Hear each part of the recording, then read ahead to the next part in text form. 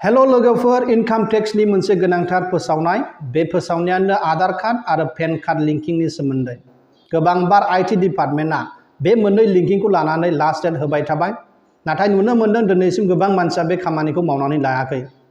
बेनि थाखायनो IT डिपार्टमेन्टआ last date होबावबाय बेयो जाबाय 31 मार्च 2023